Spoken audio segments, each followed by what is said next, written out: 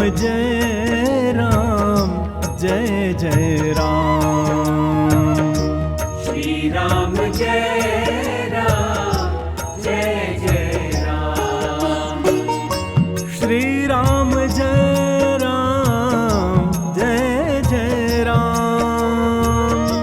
श्री राम जय राम जय जय राम। श्री राम जय राम जय जय राम। श्री राम जय राम जय जय राम।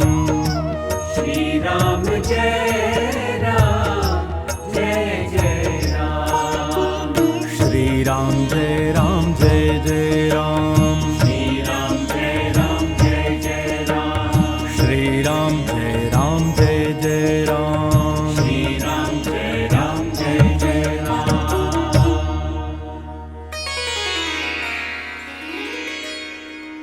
श्री सीतारामचंद्राभ्याम नमः। श्रीमद् वाल्मीकि रामायणम अयोध्याकांडम एकोनचत्वारिंशः सर्गः। राजा दशरथ का विलाप। उनकी आज्ञा से सुमंत्र का राम के लिए रथ जोत कर लाना। कोषाध्यक्ष का सीता को बहुमूल्य वस्त्र और आभूषण देना। कौशल्या का सीता को पति सेवा का उपदेश। सीता के द्वारा उसकी स्वीकृति तथा श्री राम का अपनी माता से पिता के प्रति दोष दृष्टि न रखने का अनुरोध करके अन्य माताओं से भी विदा मांगना।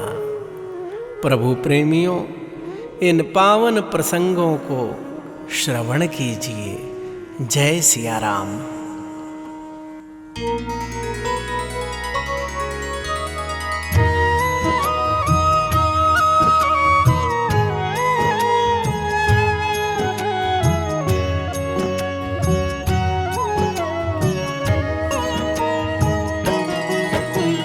रामस्य तु वचः श्रुत्वा मुनिवेशधरं च तं समीक्ष्य सह भार्याभिः राजा विगतचेतनः नैनं दुःखेन सन्तप्तः प्रत्यवैक्षत राघवं न चैनम् अभिसंप्रेक्ष्य प्रत्यभाषत दुर्मनाः। प्रभु प्रेमियों, श्री राम जी की बात सुनकर और उन्हें मुनिवेश धारण किए देख स्त्रियों सहित राजा दशरथ शोक से अचेत हो गए। दुख से संतप्त होने के कारण वे श्री राम की ओर भर आंख देख भी न सके और देखकर भी मन में दुख होने के कारण उन्हें कुछ उत्तर न दे सके, अर्थात कुछ बोल भी नहीं पाए महाराज दशरथ। समुहूर्तमिव संज्ञो दुःखितश्च महीपतिः विललाप महाबाहु राममेवानुचिन्तयन् मन्ये खलु मया पूर्वं विवत्सा बहवः कृताः प्राणिनो हिंसिता वापि तन्माम् इदमुपस्थितम्।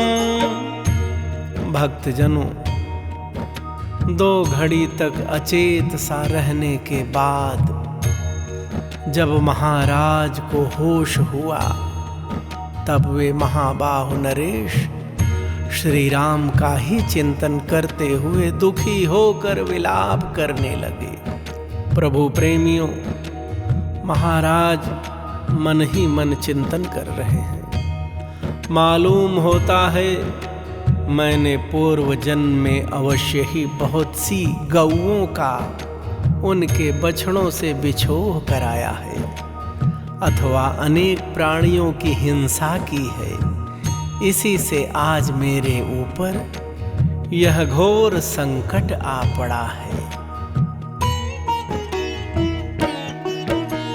न त्वेवानागते काले देहाच्यवति जीवितम् कैकेय्या क्लिश्यमानस्य मृत्युर्मम न वेद्यते योऽहं पावकसङ्काशं पश्यामि पुरतः स्थितं विहाय वसने सूक्ष्मे तापसाच्छादमात्मजम्। प्रभु प्रेमियों, महाराज मन ही मन विलाप कर रहे हैं। कह रहे हैं, समय पूरा हुए बिना किसी के शरीर से प्राण नहीं निकलते, तभी तो कैकेयी के द्वारा इतना क्लेश पाने पर भी मेरी मृत्यु नहीं हो पा रही है। ओह, अपने अग्नि के समान तेजस्वी पुत्र को महीन वस्त्र त्याग कर तपस्वियों के से वल्कल वस्त्र धारण किए सामने खड़ा देख रहा हूं, फिर भी मेरे प्राण नहीं निकलते। एकस्याः खलु कैकेय्याः कृतेयं खिद्यते जनः स्वार्थे प्रयतमानायाः संश्रित्य निकृतिं त्विमाम् एवमुक्त्वा तु वचनं बाष्पेण विहतेन्द्रियः रामेति सकृदेवोक्त्वा व्याहर्तुं न शशाक सः। प्रभु प्रेमियों, महाराज के मन की व्यथा सुनिए। कह रहे हैं, इस वरदान रूप शठता का आश्रय लेकर अपने स्वार्थ साधन के प्रयत्न में लगी हुई एकमात्र कैकेयी के कारण ये सब लोग महान कष्ट में पड़ गए हैं। प्रभु प्रेमियों, ऐसी बात कहते कहते राजा के नेत्रों में आंसू भर आए, उनकी इंद्रियां शिथिल हो गईं और वे एक ही बार हे राम ऐसा कहकर मूर्छित हो गए। आगे कुछ न बोल सके महाराज।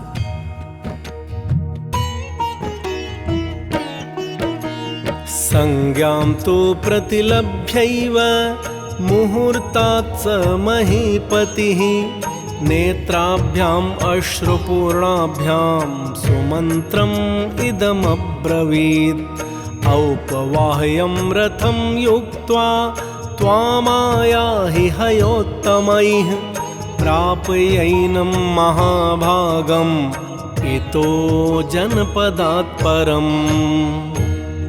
प्रभु प्रेमियों, महाराज को 2 घड़ी बाद होश आया। होश में आते ही वे महाराज आंसू भरे नेत्रों से देखते हुए सुमंत्र से इस प्रकार बोले, सुमंत, तुम सवारी के योग्य एक रथ को उसमें उत्तम घोड़े जोत कर यहाँ ले आओ और इन महाभाग श्री राम को उस पर बिठाकर इस जनपद से बाहर तक पहुंचा आओ।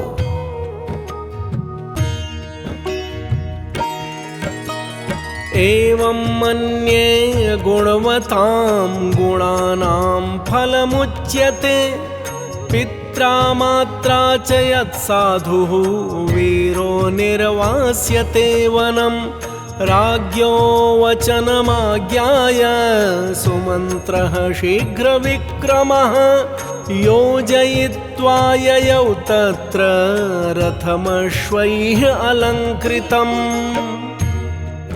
प्रभु प्रेमियों, अपने श्रेष्ठ वीर पुत्र को स्वयं माता पिता ही जब घर से निकाल कर वन में भेज रहे हैं, तब ऐसा मालूम होता है कि शास्त्र में गुणवान पुरुषों के गुणों का यही फल बताया जाता है। प्रभु प्रेमियों, उस समय महाराज दशरथ की आज्ञा शिरोधार्य करके शीघ्रगामी सुमंत्र गए और उत्तम घोड़ों से सुशोभित रथ जोत कर ले आए। तं रथं राजपुत्राय सूतः कनकभूषितम् आचचक्षेऽञ्जलिं कृत्वा युक्तं परमवाजिभिः राजा सत्वरमाहूय व्यापृतं वित्तसञ्चये उवाच देशकालज्ञो निश्चितं सर्वतः शुचिः। प्रभु प्रेमियों, सुमंत्र जी रथ लेकर के आए और हाथ जोड़कर कहा, महाराज, राजकुमार श्री राम के लिए उत्तम घोड़ों से जुता हुआ सुवर्ण भूषित रथ तैयार है। प्रभु प्रेमियों, उस समय देश और काल को समझने वाले, सब ओर से शुद्ध अर्थात इहलोक और परलोक से उऋण राजा दशरथ ने तुरंत ही धन संग्रह के व्यापार में नियुक्त कोषाध्यक्ष को बुलाकर यह निश्चित बात कही। वासांसि च वरार्हाणि भूषणानि महान्ति च वर्षाण्येतानि संख्याय वैदेह्याः क्षिप्रमाणय नरेन्द्रेणैव मुक्तस्तु गत्वा कोशगृहं ततः प्रायच्छत् सर्वमाहृत्य सीतायै क्षिप्रमेव तत्। प्रभु प्रेमियों, महाराज दशरथ ने कोषाध्यक्ष को बुलाकर कहा, तुम विदेह कुमारी सीता के पहनने योग्य बहुमूल्य वस्त्र और महान आभूषण जो 14 वर्षों के लिए पर्याप्त हों, गिन कर शीघ्र ले आओ। प्रेमी जनों, महाराज दशरथ के ऐसा कहने पर कोषाध्यक्ष ने खजाने में जा वहां से सब चीजें लाकर शीघ्र ही सीता जी को समर्पित कर दी। सा सुजातानि वैदेही प्रस्थिता वनं भूषयामास गात्राणि तैर्विचित्रैर्विभूषणैः व्यराजयत वैदेही वेश्म तत्सुविभूषिता उद्यतोंशुमतः काले खं प्रभेव विवस्वतः। प्रभु प्रेमियों, उत्तम कुल में उत्पन्न अथवा अयोनिजा और वनवास के लिए प्रस्थित विदेह कुमारी सीता ने सुंदर लक्षणों से युक्त अपने सभी अंगों को उन विचित्र आभूषणों से विभूषित किया। उन आभूषणों से विभूषित हुई विदेह नंदिनी सीता उस घर को उसी प्रकार सुशोभित करने लगीं जैसे प्रातः काल उगते हुए अंशुमाली सूर्य की प्रभा आकाश को प्रकाशित करती है। ताम्भुजाभ्यां परिष्वज्य श्वश्रूर्वचनं ब्रवीत् अनाचरन्तीं कृपणं मूर्ध्नुपाघ्राय मैथिलीम् असत्यः सर्वलोकेऽस्मिन् सततं सत्कृताः प्रियैः भर्तारं नानुमन्यन्ते विनिपातगतं स्त्रियः। प्रभु प्रेमियों, उस समय सास कौसल्या ने कभी दुखद बर्ताव न करने वाली मिथिलेश कुमारी सीता को अपनी दोनों भुजाओं से कसकर छाती से लगा लिया और उनके मस्तक को सूंघ कर कहा, बेटी, जो स्त्रियां अपने प्रियतम अर्थात पति के द्वारा सदा सम्मानित होकर भी संकट में पड़ने पर उसका आदर नहीं करती हैं, वे इस संपूर्ण जगत में असती अर्थात दुष्टा के नाम से पुकारी जाती हैं।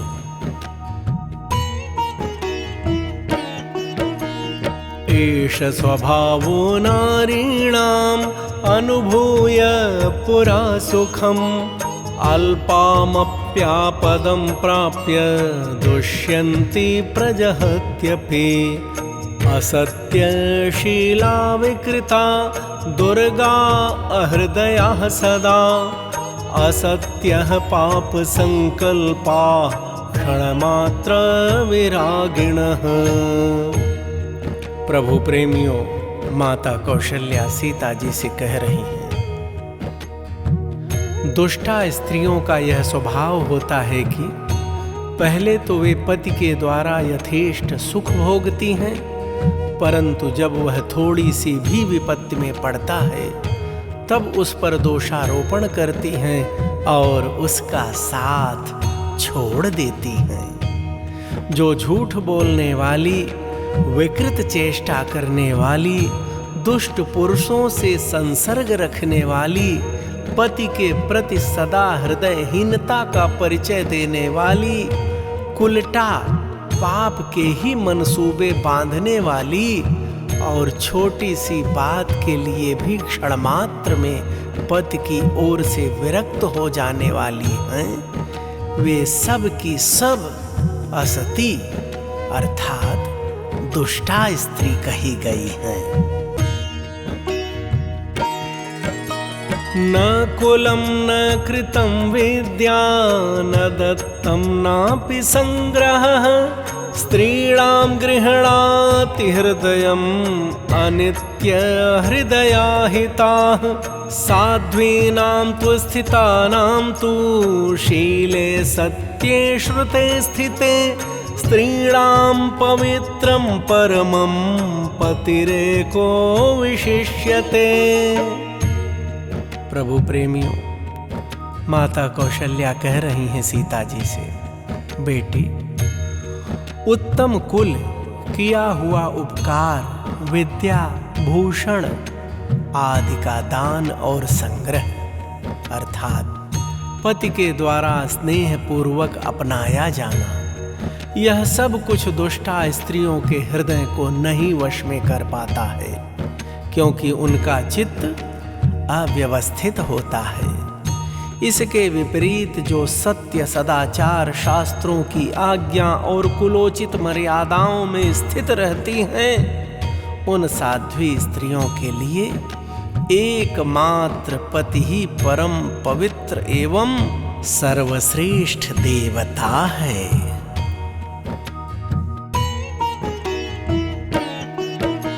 स त्वया नावमन्तव्यः पुत्रः प्रव्राजितो वनं तव देव समस्त्वेष निर्धनः सधनोऽपि वा विज्ञाय वचनं सीता तस्या धर्मार्थसंहितं कृत्वाञ्जलिम् उवाचेदं श्वश्रूम् अभिमुखे स्थिता।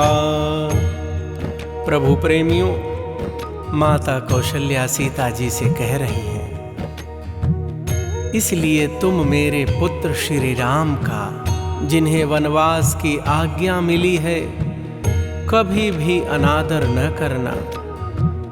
ये निर्धन हो या धनी, तुम्हारे लिए देवता के तुल्य हैं। भक्तजनों, सास के धर्म और अर्थयुक्त वचनों का तात्पर्य भली भांति समझकर उनके सामने खड़ी हुई सीता जी ने हाथ जोड़कर उनसे इस प्रकार कहा, करिष्ये सर्वमेवाहम् आर्या यदनुशास्ति माम् अभिज्ञास्मि यथा भर्तुः वर्तितव्यं श्रुतं च मे न माम सज्जने नार्या समानयितुम् अर्हति धर्मात् विचलितुं नाहम् अलम् चन्द्रादिवप्रभा।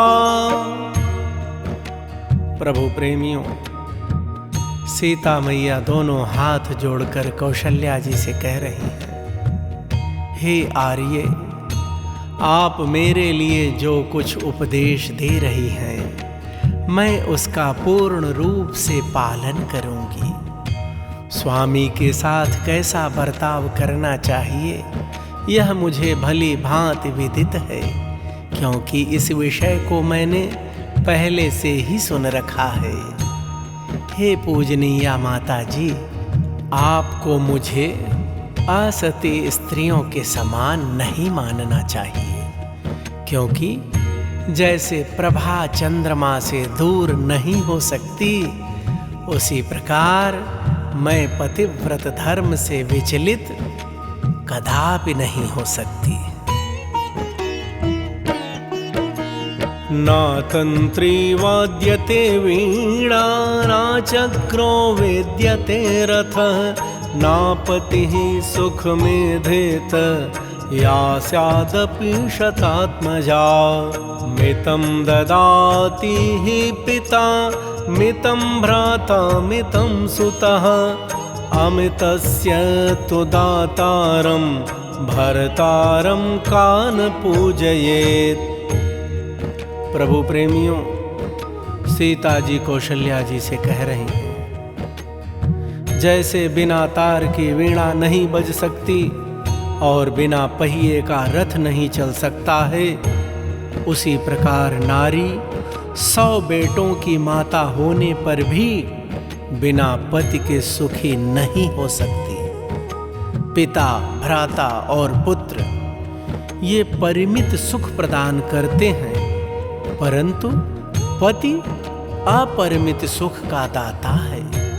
उसकी सेवा से इहलोक और परलोक दोनों में कल्याण होता है।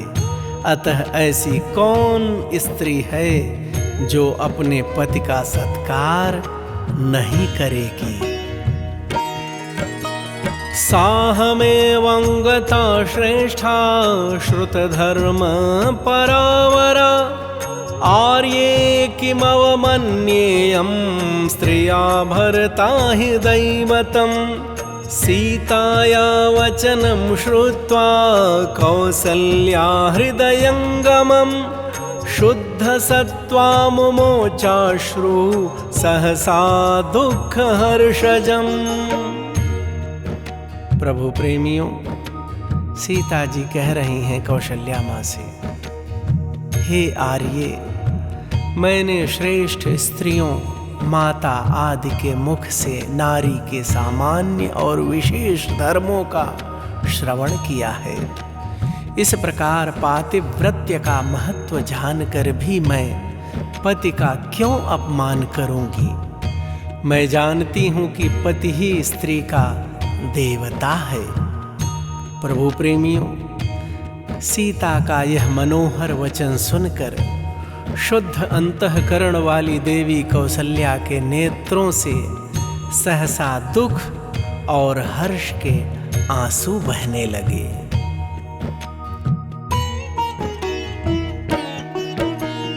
तां प्राञ्जलिः अभिप्रेक्ष्य मातृमध्येति सत्कृतां, रामः परम धर्मात्मा मातरं वाक्यमब्रवीत्। अम्ब मा दुःखिता भूत्वा पश्येस्त्वं पितरं मम, क्षयोऽपि वनवासस्य क्षिप्रमेव भविष्यति।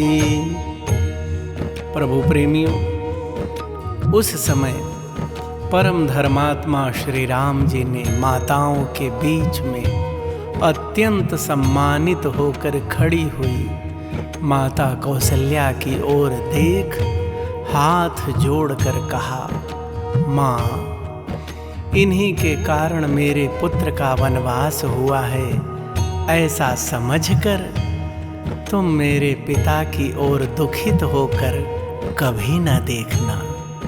वनवास की अवधि भी शीघ्र ही समाप्त हो जाएगी। सुप्तायास्ते गमिष्यन्ति 9 वर्षाणि 5 च, समग्रम इह संप्राप्तं मां द्रक्ष्यसि सुहृद्वृतं एतावत् अभिनीतार्थम् उक्त्वा स जननीं वचः त्रयः शतार्धा हि ददर्शावेक्ष्य मातरः। प्रभु प्रेमियों, राम जी कह रहे हैं, माँ ये 14 वर्ष तो तुम्हारे सोते सोते निकल जाएंगे, फिर एक दिन देखोगी कि मैं अपने सुहृदों से घिरा हुआ सीता और लक्ष्मण के साथ संपूर्ण रूप से यहाँ आ पहुँचा हूँ। प्रेमी जनों, माता कौशल्या से इस प्रकार अपना निश्चित अभिप्राय बताकर दशरथ नंदन श्री राम जी ने अपनी अन्य 350 माताओं की ओर दृष्टिपात किया। ताशापि स तथैवार्ता मातृः दशरथात्मजः धर्मयुक्तम् इदं वाक्यं निजगाद कृताञ्जलिः संवासात् परुषं किञ्चित् अज्ञानादपि यत्कृतं तन्मे समुपजानीत सर्वाशा मंत्रयामि वः। प्रभु प्रेमियों, भगवान श्री राम जी ने कौशल्या जी के साथ साथ अपनी अन्य 350 माताओं की ओर देखा और उनको भी कौशल्या की ही भांति शोकाकुल पाया। तब उन्होंने हाथ जोड़कर उन सब से यह धर्मयुक्त बात कही, माताओं, सदा एक साथ रहने के कारण मैंने जो कुछ कठोर वचन कह दिए हों अथवा अनजान में भी मुझसे जो अपराध बन गए हों, उनके लिए आप मुझे क्षमा कर दें। मैं आप सब माताओं से विदा मांगता हूँ। वचनं राघवस्यैतत् धर्मयुक्तं समाहितं शुश्रूवुस्ताः स्त्रियः सर्वाः शोकोपहत चेतसः जज्ञेथ तासां सन्नादः क्रौञ्चीनाम् इव निःस्वरः मानवेन्द्रस्य भार्याणाम् एवं वदति राघवे। प्रभु प्रेमियों, उस समय राजा दशरथ की उन सभी स्त्रियों ने श्री रघुनाथ जी का यह समाधानकारी धर्मयुक्त वचन सुना। सुनकर उन सब का चित्त शोक से व्याकुल हो गया और श्री राम के ऐसी बात कहते समय महाराज दशरथ की रानियां कुररियों के समान विलाप करने लगी। उनका वह आर्तनाद उस राजभवन में सब ओर गूंज उठा। मुरज पणव मेघ घोषवत् दशरथ वेश्म बभूव यत् पुरा विलपित परिदेवनाकुलं व्यसनगतं तदभूत्सु दुःखितम्। प्रभु प्रेमियों, राजा दशरथ का जो भवन पहले मुरज, पणव और मेघ आदि वाद्यों के गंभीर घोष से गूंजता रहता था, वही विलाप और रोदन से व्याप्त हो संकट में पड़कर अत्यंत दुखमय प्रतीत होने लगा। इत्यार्षे श्रीमद् रामायणे वाल्मीकिये आदि काव्ये अयोध्याकांडे 49 सर्गः। इस प्रकार श्री वाल्मीकि निर्मित आर्ष रामायण आदि काव्य के अयोध्या कांड में 39वां सर्ग पूरा हुआ। भगवान श्री राम लला सरकार आप सबका जीवन सदा सर्वदा मंगलकारी करे। आप सबको गोवर्धन पूजा व अन्नकूट पर्व की बारंबार बधाई, मंगल कामनाएं। आप सभी प्रभु प्रेमियों को प्रेम प्रकाश दुबे का सादर जय सिया राम।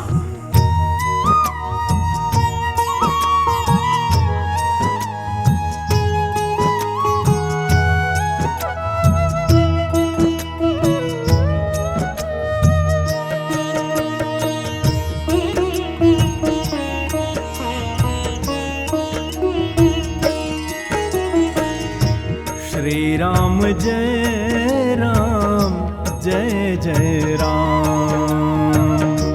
श्री राम जय राम, जय जय राम। श्री राम जय राम, जय जय राम। श्री राम जय राम, जय जय राम। श्री राम जय राम, जय जय राम। श्री राम जय राम, जय जय राम। श्री राम जय राम, जय जय राम। श्री राम जय राम, जय जय राम। श्री राम जय राम, जय जय राम। श्री राम जय राम, जय जय राम।